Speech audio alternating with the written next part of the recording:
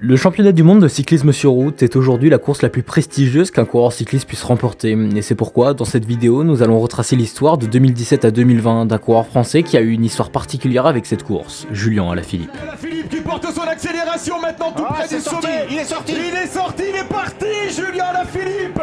Et qui va pouvoir suivre le français maintenant? C'était l'attaque dont on avait...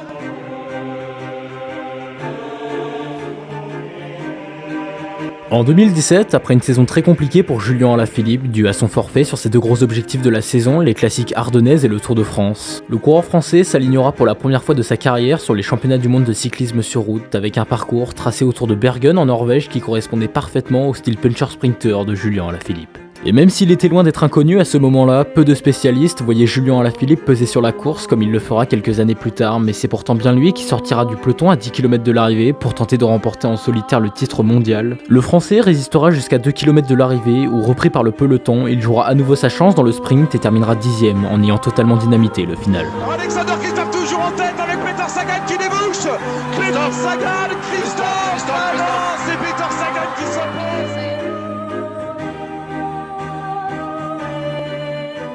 L'année 2018 de Julien Alaphilippe restera dans les mémoires comme celle de la confirmation pour le coureur français qui avait remporté cette année-là la course de ses rêves, la Flèche Wallonne, mais surtout brillé sur le Tour de France où en gagnant 2 étapes de haute montagne et le maillot de meilleur grimpeur, il avait prouvé qu'il était déjà un grand coureur du peloton mondial.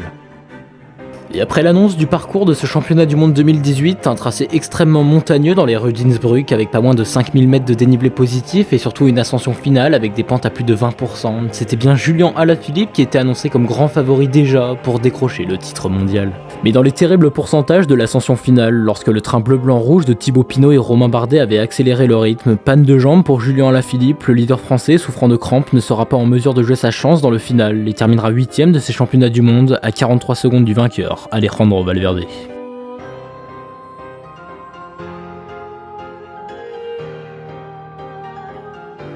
Lors de la plus grande et la plus belle saison de sa carrière en 2019, où Julien Alaphilippe avait remporté les Strade Bianche, Milan-San Remo et porté le maillot jaune durant 14 jours sur les routes de la Grande Boucle, le Français arrivera à nouveau en grand favori sur les mondiaux 2019 avec le parcours assez vallonné du Yorkshire en Angleterre. Mais la course, qu'il semblait dans un premier temps contrôler avec l'équipe de France, va très vite se transformer en véritable cauchemar pour Julien qui, titanisé par le froid et la pluie, terminera ses championnats du monde loin des premiers à une anecdotique 28ème place. Un mondial raté avant une consécration.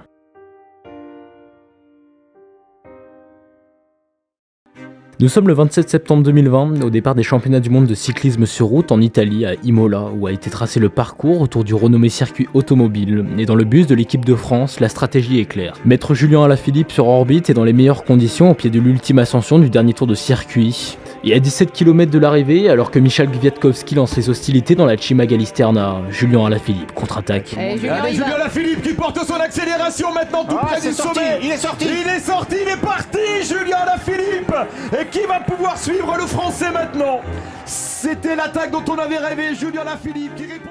Le Français, porté par le public, son panache et son envie de bien faire, va basculer au sommet de l'ascension avec une dizaine de secondes d'avance sur le groupe Hirschi, Roglic et Van Aert et creuser cet écart dans la descente. Mètre après mètre, kilomètre après kilomètre, Julien Alaphilippe va résister héroïquement et filer petit à petit dans la douleur vers le titre mondial, et sous l'arche du dernier kilomètre alors que toute la France retient son souffle. C'est gagné pour Julien Alaphilippe qui va déboucher à l'entrée de la ligne droite dans quelques instants. Chapeau. C'est gagné. Un Français va être sacré champion du monde pour la première fois depuis 23 ans, depuis Laurent Brochard à Saint-Sébastien. C'est un événement, c'est historique pour le sport français. 23 ans après Laurent Brochard, Julien Alaphilippe champion du monde. Alaphilippe is going to win the world title. France have a world champion.